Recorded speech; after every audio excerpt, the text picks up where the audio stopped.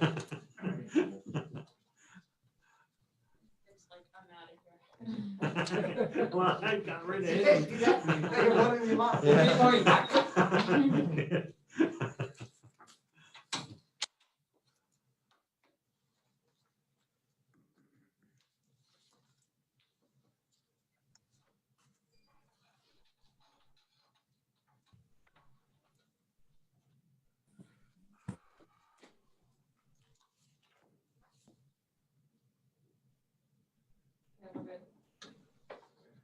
Just looking, I don't see, oh, You have more? oh, yes, there's okay, we're good. Is he online? Yeah, he Yes, was. He was talking before you. Oh, you were, okay. Yeah, I responded back, All right. but I couldn't.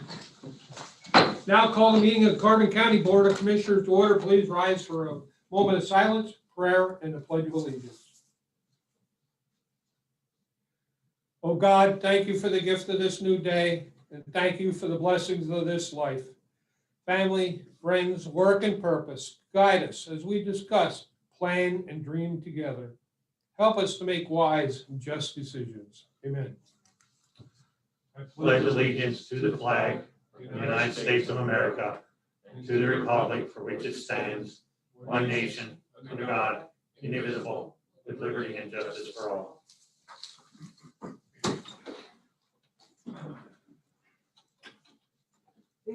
These proceedings are being recorded for the sole purpose of constituting the accuracy of written minutes. Tapes are reused, eliminating recorded records of these proceedings. Approval of the minutes of the previous meeting held February 25th, 2021. So moved. Second? Mr. Honor? Yes. Mr. Lukasevich? Yes. Mr. Notstein?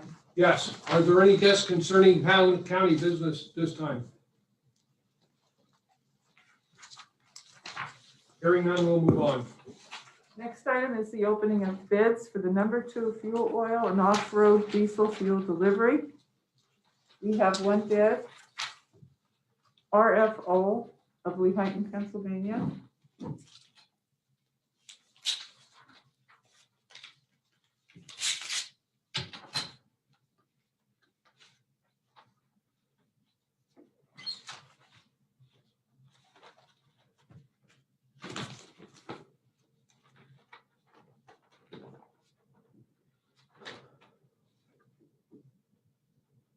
The amount bid is 49.7 per gallon above the published OPIS price on the date of delivery.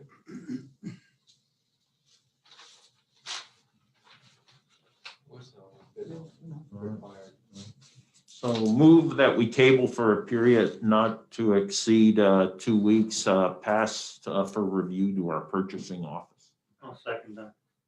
Mr. Honor? Yes. Mr. Lukasevich? Yes. Mr. Notstein? Yes. Next item, the report of executive sessions held. I don't think we had no executive sessions.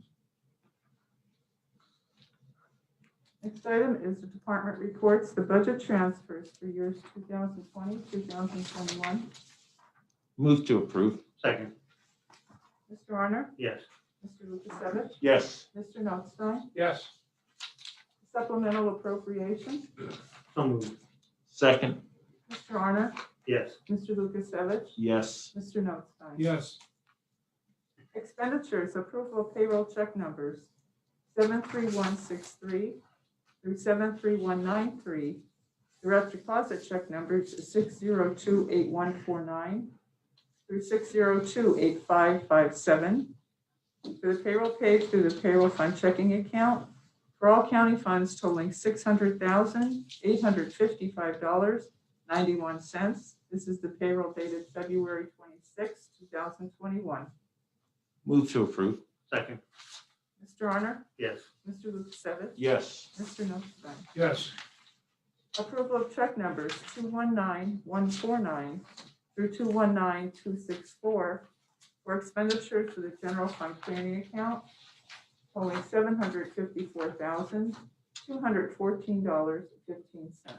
So moved. Second? Mr. Honor? Yes. Mr. Lukasevich? Yes. Mr. Notstein? Yes. The treasurer's report? So moved. Second. Mr. Honor? Yes. Mr. Lukasevich? Yes. Mr. Notstein? Yes.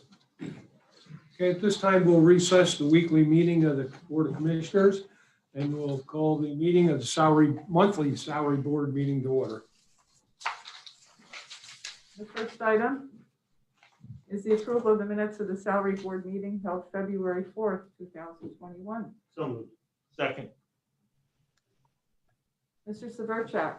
yes, Honor? Yes. Mr. Lukasevich? Yes. Mr. Notstein? Yes. Are there any guests concerning salary board business? Hearing done, we'll move on. Report of executive sessions held. There was one executive session held on March 1st, 2021 at 10:30 a.m. Court, Mr. Armstrong. good morning.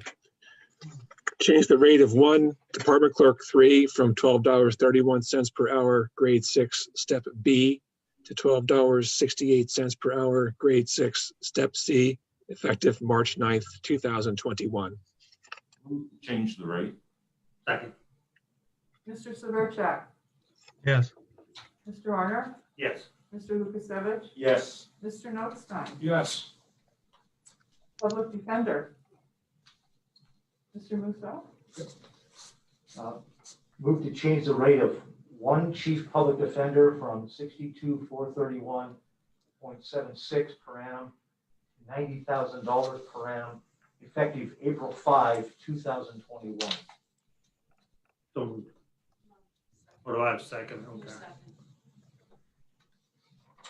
Mr. Musso? This. I'm going to refrain from voting. Okay. I was gonna say. For 19 years, I've refrained from voting on my own salary. Mr. Severcek? yes, Mr. Honor? Yes. Mr. Lukasevich? Yes. Mr. Notstein? Yes. The second motion, that motion is to abolish the position of one assistant public defender, the rate of $38,245.45 per annum, effective March the 4th, 2021. Second. Oh, go ahead. No, go ahead, Chris. Okay, Mr. Musso? Yes? Mr. Severcek? yes, Mr. Honor? Yes. Mr. Lukasevich? Yes. Mr. Notstein? Yes. Thank you. Okay, thank you, Mr. Musso. Next item is the animal shelter. Change the rate of one part-time canine officer from $10.32 per hour, grade 3, step A, to $11.16 per hour, grade 4, step B, effective March 4th, 2021. So moved. Second. Mr. Severcek? yes, Mr. Honor? Yes. Mr. Lukasevich? Yes. Mr. Notstein? Yes. Human Resources Department, establish the position of one Human Resources Assistant Trainee at $13.84 per hour, grade 9, step A, effective March 4th, 2021. Move to establish. Second. Discussion. Yeah. The position is undeniably necessary to fill the demands on that office that we've all have witnessed, even once you remove COVID-19 and the demands that has placed on the office.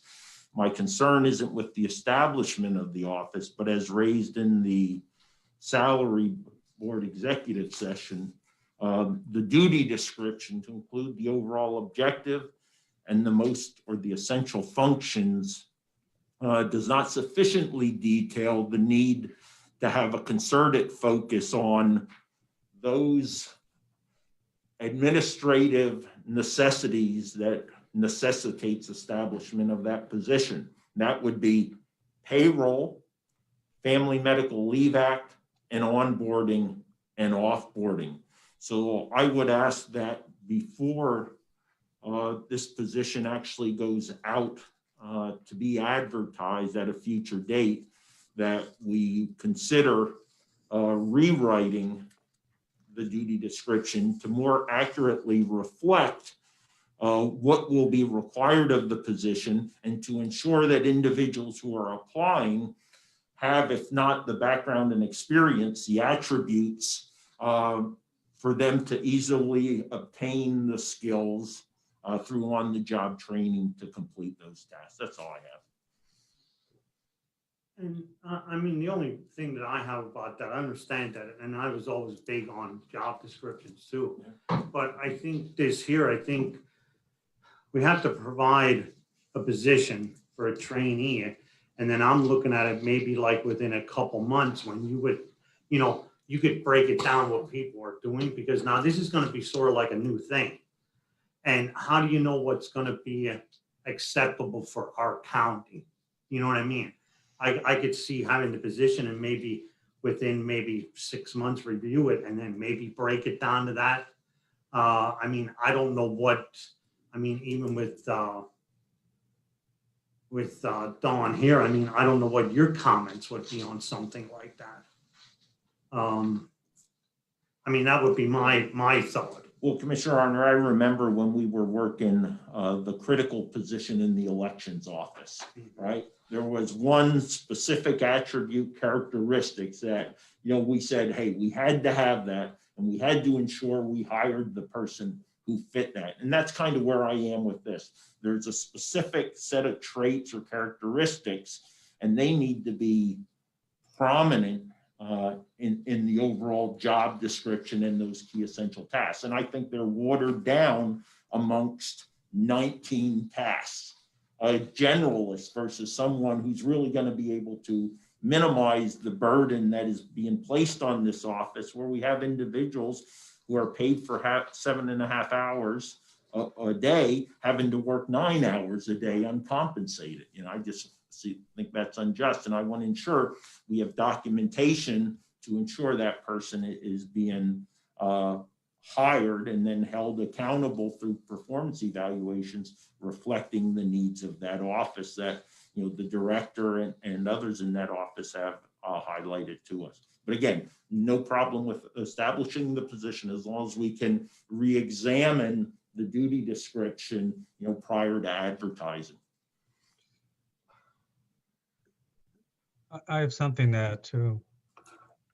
Go ahead, Mark. I think if during the interview process you focus on some of those specialty skills, that's a good thing. But I also believe, having trained people in the past, that if they're trained as a generalist in that office or in almost any office, I think it's easier to then get them to specialize if the task and the office demands that, than going and hiring a specialist and then trying to make them a generalist because of the demands of the office changed again.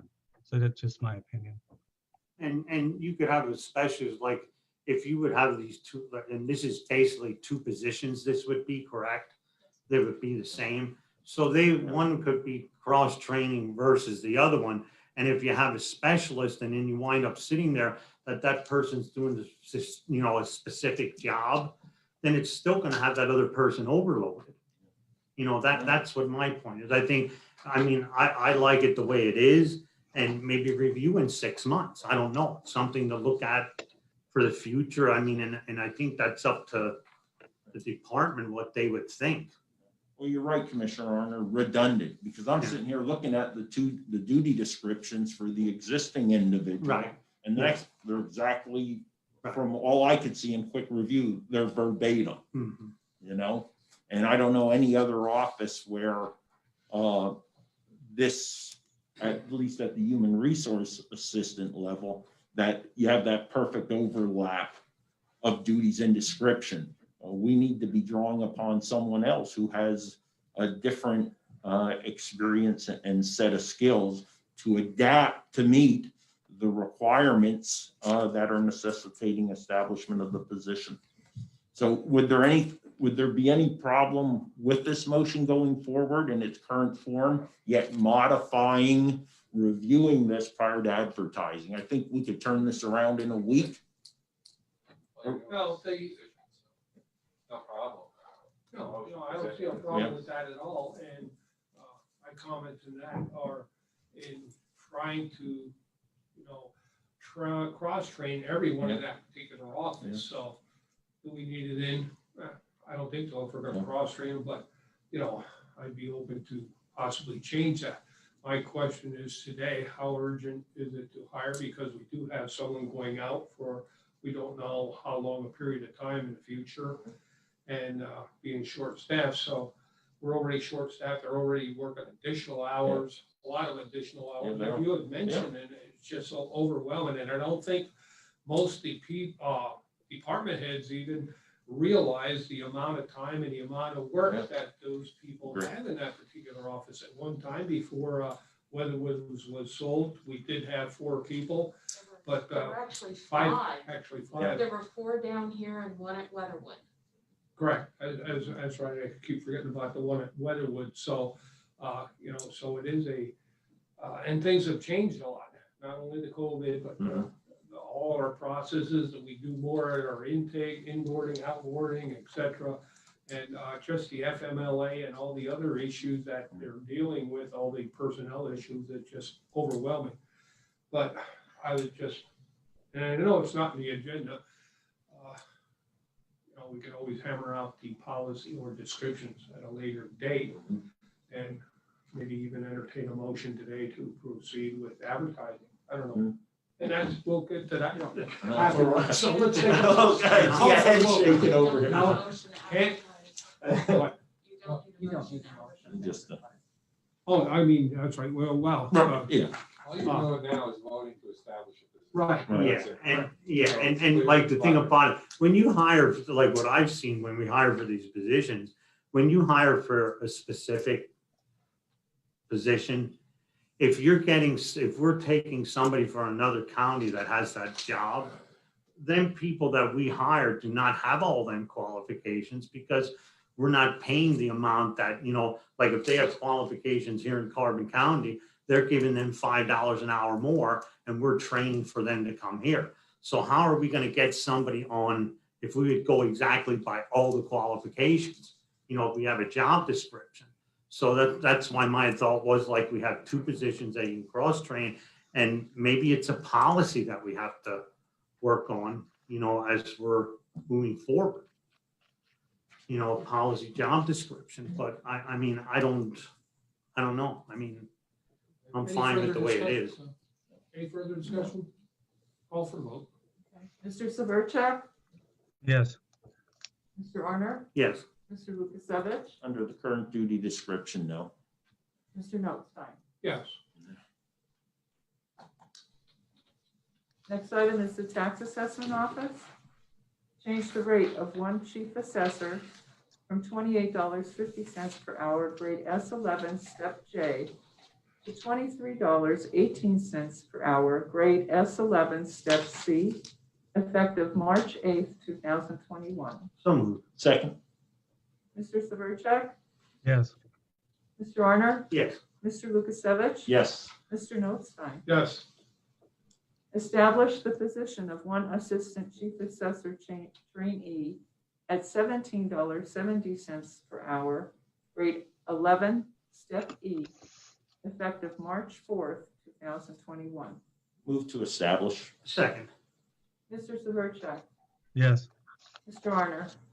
yes, Mr. Lukasevich? yes, Mr. Notstein? Yes.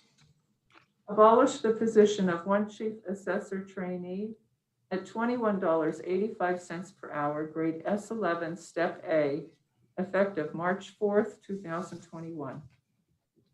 so moved. second, Mr. Severcek? Yes. Mr. Arner? Yes, Mr. Lukasevich? yes, Mr. Notstein? Yes.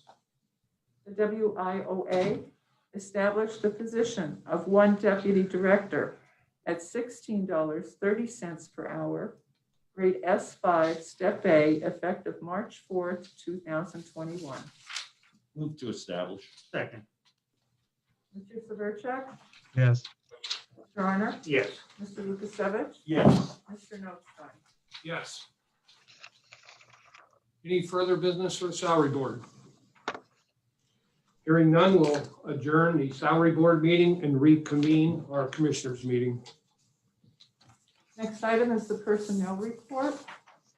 move to approve, second, Mr. Arner? yes, Mr. Lukasevich? yes, Mr. Notstein? Yes. Correspondence was received as listed. Copies will be made available to the press upon request. Adult probation. For approval and execution, a modification request to the Pennsylvania Commission on Crime and Delinquency for Carbon County's Intermediate Punishment Program, decreasing funding to $38,925 for the term of July 1, 2020 through June 30th, 2021. The modification will be used for one adult probation officer, drug testing supplies, pay for treatment offenders who are not eligible for medical assistance. This was, the awarding was originally approved on December 30th, 2020 in the amount of $82,725. Move to approve and execute. Second. Discussion real quick. We have Rick Parsons, our Chief Probation Officer, to explain the difference in what we approved previously and the decrease. Could you, Rich? Yeah, good morning, Commissioner. Thank you for the opportunity to explain this. So now when you first see it, it's kind of alarming. So for clarification, this is the grant that primarily works with our house arrest electronic monitoring program for the county. The way the grant is set up is there's a certain portion of the funds that need to go to training, and I mean not training, to treatment, and there's a certain portion of funds that go towards the supervision and other factors. Due to COVID and also other factors, the number of people coming into the program was significantly reduced. Also, the individuals we did bring into the program, they all either had their own private insurance or had medical assistance. So there was no funds have been used to date for the treatment dollars. So PCCD, normally with this funding, because this is actually a budget line item in the governor's budget proposals, sends out a request to all counties that if you're not using the funds, to please do a modification so other counties that are above their limit on the treatment side can utilize these funds. So based on that request and based on our usage, I thought it was more prudent of us to request a reduction in the funds, and that is very specifically to the treatment funds. So the reduction of the treatment side went from 47,000 down to 32,000, I believe, if I'm correct. And again, just for clarification, there is no financial impact to the county. We never received these funds. We're not sending any funds back. These funds are a pass-through, so all these funds would have went directly to Carbon Road Pike Drug and Alcohol. I did reach out to Jamie Drake at Carbon Road Pike Drug and Alcohol and to see if we could find other ways we could utilize those funds. And at the time, under the grant restrictions, we didn't see that there was any other way we could use those funds. And that, I believe, summarizes the reason why we're requesting the modification of the grant. Thank you for the clarification. Any further questions for Rick? Okay, call for a vote. Mr. Arner? Yes. Mr. Lukasevich? Yes. Mr. Notstein? Yes. The COVID-19 Hospitality Recovery Program for ratification. Execution of the subcontract agreement with the Carbon Chamber and Economic Corporation for the management of the COVID-19 Hospitality Industry Recovery Program grant in the amount of $726,949 as per the guidelines of the Pennsylvania Department of Community and Economic Development. Second. Mr. Arner? Yes. Mr. Lukasevich? Yes. Mr. Notstein? Yes. Service agreement for approval and execution. A 3-year service agreement effective July 1, 2021 through June 30th, 2024 with Johnson Controls of Wilkes-Barre, Pennsylvania, covering the HVAC equipment in the county administration building for approval. Listed are the amounts for the 3 years for the facility management system, software, and maintenance for the rooftop units. Move to approve and execute. Second.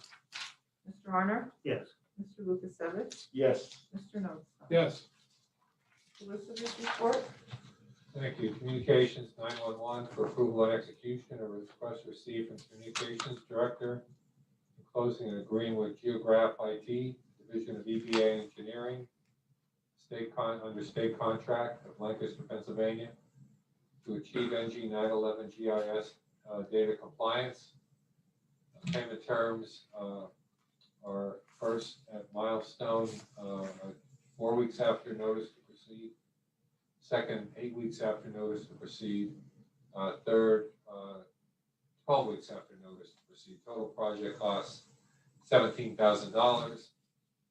Approved through the statewide interconnectivity fund for Carbon County NG 911 project. Second. Mr. Honor? Yes. Mr. Lukasevich? Yes. Mr. Notstein? Yes.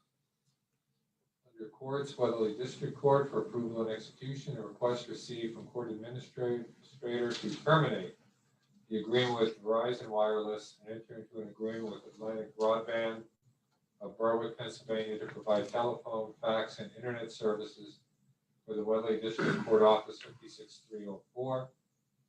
Fees are the non-recurring fee of $150, monthly recurring fees, phone and fax at $232.82, and internet at $109.99. Move to approve and execute. Second. Mr. Honor? Yes. Mr. Lukasevich? Yes. Mr. Notstein? Yes. Elections for approval and execution, an agreement between the county and Suzette Kurtz of NyHoLeL to provide acceptance testing of new voting machine equipment, training, machine demonstrations, logistics and accuracy testing procedures for the 2021 municipal primary election. Compensation will be at $20 an hour, not to exceed 35 hours. So moved. Second. Mr. Honor? Yes. Mr. Lukasevich? Yes. Mr. Notstein? Yes. Also in elections for approval and execution, an agreement between the county and the following individuals to serve as roving troubleshooters for the May 18, 2021 municipal primary and November 2nd, 2021 municipal election. Robert Miller of Nescahoning, Suzette Kurtz of NyHoLeL, and Raymond Donnelly of Jim Thorpe. Compensation will be $200 per diem plus mileage at the rate of 45 cents per mile. Move to approve and execute. Second.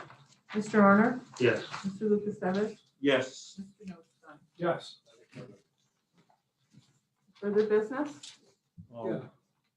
Okay, other further business, I just wanted to bring up the hearing that is coming up with the Delaware River Basin Commission, and the U.S. Department of Army Corps of Engineers regarding the use of the water from Francis F. Walter Dam. You know, New York City is, we testified last January on this at a hearing. There was an overwhelming amount of people that showed up at the meeting. It was that bad or that the hearing that people couldn't even find a place to park and left. But this is another hearing now. And what this proposal is and it's coming from New York City, and they're heavily invested in studying the feasibility of acquiring ownership of Pennsylvania water, specifically 15% of the storage capacity of the Lehigh River's Francis E. Walter Reservoir for the purpose of furthering reducing stream flows from reservoirs on the upper Delaware during times of very low flow, and thereby diverting even more water from upper Delaware reservoirs to be used in New York City for drinking water. This plan would jeopardize not only Delaware River stream flows, which are already stressed during periods of drought or near drought, it would also jeopardize the well-established and highly successful recreational flow releases from the that support the economic vital recreation economy and around the Lehigh River. New York's ownership of 15% of the storage capacity would greatly efficiently remove storage opportunities for downstream recreation, and not only that, but use. I know at least one municipality along the Lehigh River in Carbon County that it has a pump on the river. It is their backup for droughts. If you know anything about the river flows in Carbon County or the Lehigh River, at times of drought, it is extremely low. and to remove additional water and jeopardize the downstream users of, from Lehigh, Northampton, Delaware, Philadelphia counties, et cetera. Everyone along the Delaware or Lehigh and Delaware River on the lower end would be greatly affected by this withdrawal or the 15% going to New York City. So last year, the county commissioners, we had done a resolution opposing it. We are working on putting together another statement for the hearing on March 18th. We will be presenting at 9:35 in the morning. Hopefully we'll be on time, and should we have to start the little late on the meeting on the 18th, I feel it is certainly a worthwhile project that we must participate in and show our support in opposition of the removal of our natural resources here in Carbon counties, because it has such a great financial impact. This morning, well, yesterday already, I was had a conversation with one of our rafting companies in the county who opposes it as well, and he's in touch with the other rafting companies who testified last year. I had called the Carbon County Chamber. They're preparing their testimony, as well as the Lehigh Valley Chamber is also working on it. And I'm requesting that we got to get the word out to not only the chambers and businesses, et cetera, because I know there are other downstream users that use it for drinking water from the Lehigh and for businesses. So it's extremely important that our residents and our business community stick together on this issue. The the Fish Stocking Association, et cetera, are all on board. Like I said before, we had a tremendous turnout for the previous hearing, and I certainly hope we could do a lot better on this one. Unfortunately, it's going to be virtual, so it's really difficult for the people on the other end to really see how many people are supporting this. So your comments in the hearing period, during the hearing period, and I forget offhand when that deadline is for the hearing. I don't know if Was it the 8th? The written testimony, right? Oh, the 12th. 12th. The 12th. So I suggest people start looking at trying to prepare something and go online and take a good, strong stance, because if they start taking our water, what is going to be next? And then, another thing that's occurring right now that's going to really put a burden on us is the sudden influx of other people from other areas. The housing market in Carbon County is on fire, and some surrounding counties, I understand. People coming from the cities or other areas. I know of one home that was sold in 2 hours. Another home recently put on the market and went to the bidding process, and they got more money than they were asking initially, because the housing is at a limit right now. Through the Conservation District, they're getting a lot more applications for home construction, so they're extremely busy. And this is going to put an even bigger demand on our current water supply. And it's extremely important. New York City they have the money. They're investing over almost $1.5 million. The Army Corps of Engineers is investing 25 in this study. And they're looking to complete this, and I think it's in September 2022. So we need to make damn sure our voices are heard now. So that's all I have on that. So I'm going to go ahead.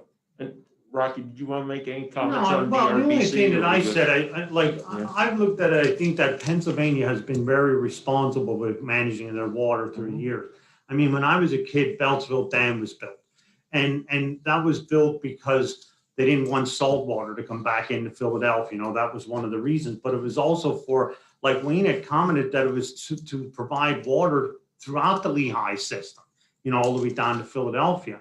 And I think we've been responsible for things, and there are going to be buildings, being built and towns getting a little bit bigger. And to me, it is we've been responsible in Pennsylvania. Why wasn't New York responsible like that? You know, and now all of a sudden they want to take our water. And my comment is, I don't know if they know it, but water flows downhill, not uphill. So that's why, I mean, I think Pennsylvania has really been responsible. And you know, you should help your neighbor, but you should also take care of yourself before you help your neighbor. So on another subject, I want to move to approve the proposal from Visual Sound, Broomall, Pennsylvania, under CoStar's contract 034 TAC 023 for audio visual equipment valued at $96,154 and a one-year service agreement plan at $4,631 for the multi-purpose room at 44 Susquehanna Street. I'll second that. Mr. Arner? Yes. Mr. Lukasevich? Yes. Mr. Notstein? Yes.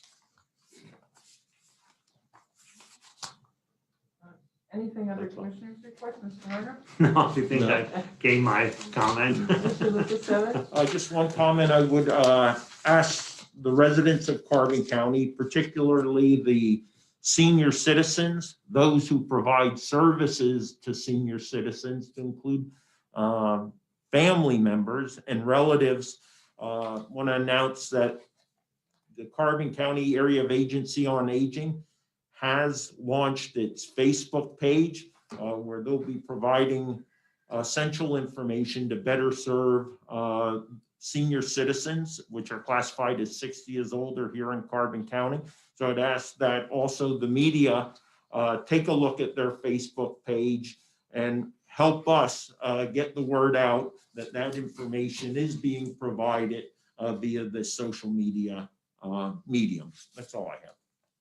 Just along those lines, I know we're starting to get calls already when we're opening up the senior centers. I don't think we're quite at that point, but as soon as we get more vaccinations out there and to get a higher percentage up and watch the numbers, maybe by the end of the month, we can maybe give an estimate or even possibly set a date for the reopening of the senior centers. The other thing, and I forgot to bring up last week already, I had it in my packet and missed it. I just want to recognize two people, and Kathy Ivana, I believe it is. I'm not sure the last name. I can't make it out, for their donation to the animal shelter at $200, and Susan Moser at $3,000. So I really want to thank those people for their generous donations to our animal shelter. I believe we had one more anonymous donation. Okay, I don't have that. Yeah, there was one that just recently came in from Mr. Connor sent down. There's another anonymous one that was significant also. So thanks. Yeah. Okay, that's all I have. Meeting adjourned. Okay, Kelly.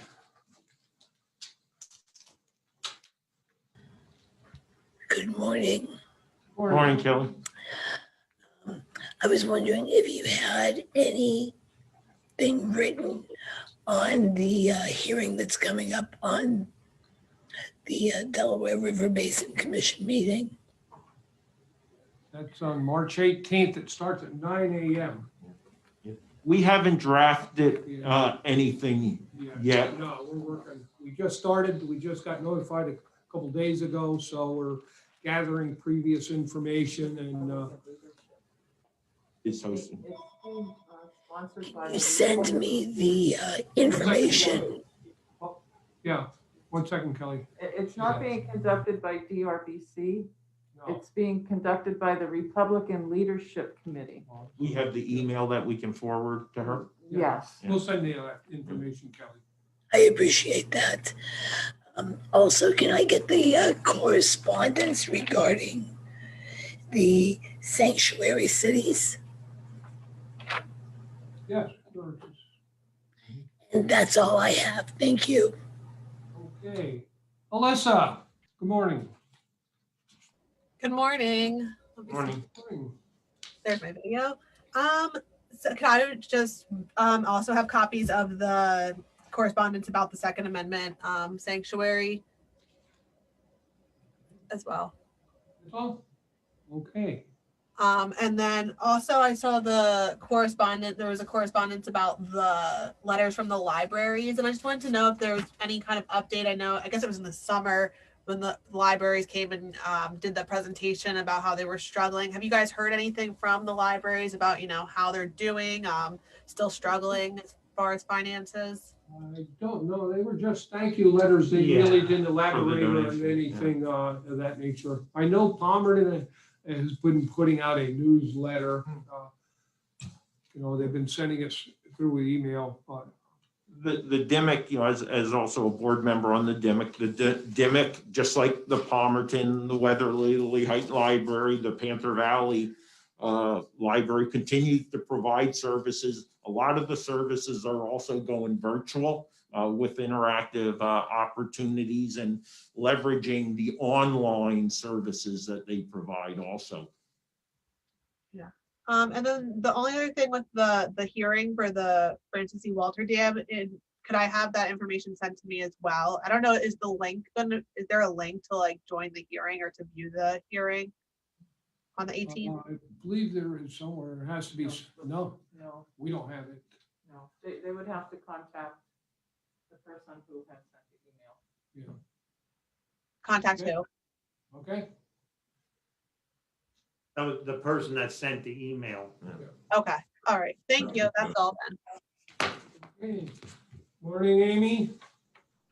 Good morning, gentlemen. May I also please have copies of those correspondence and the email on the virtual meeting for the Francis E. Walter Dam? Sure. And just one other thing, in regards to an action on the salary board meeting, you had a significant hike in regards to the chief public defender position. Why was it such a big increase? Because that position is a part-time, currently, until this takes effect, it was a part-time position. It is the only quasi row office or department in the county that had a part-time head, chief, the public defender, with full-time people under him. The salary was listed there at 60,000 something, and you notice we abolished a part-time position because we just had a resignation. We felt it was a good time to make this move from to a full-time position and be able to eliminate a position in that office as well. So it is a little bit of a savings, etc. So quite a bit, really. About 26,000. Yeah, about 26,000, and looking at insurance, etc. Because even the part-time PDs and DAs, they're covered by insurance. So Greg was already covered, and the person resigning from the PD's office, it's a savings there in that insurance program. So it's a good savings. Okay, so it was just basically shifting around responsibility and part-time to full-time. Yes. Okay, that is all I have then. Thank you very much. Okay, you're welcome. Be safe.